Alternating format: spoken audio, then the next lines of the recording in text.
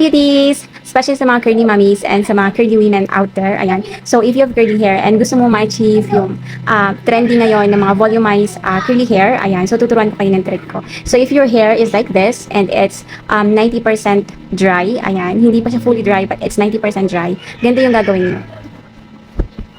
Ayan. So, babalik-tarin nyo lang yung hair nyo. And then, squeeze. Squeeze nyo yung roots. Squeeze yung roots.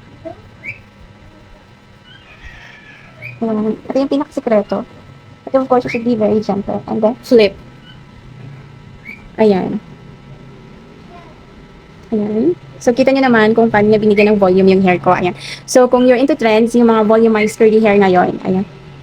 So, yan lang yung trick. Ayan. So, wag nyo hahayaan na yung hair nyo is 100% dry.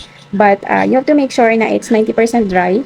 And gagawin nyo yun, yung trick na yun. And you will have this beautiful, bouncy, and volumized curly hair. I hope nakatulong yung tip na binigay ko sa inyo. Thank you so much for watching. Have a pretty bouncy curlies. Bye!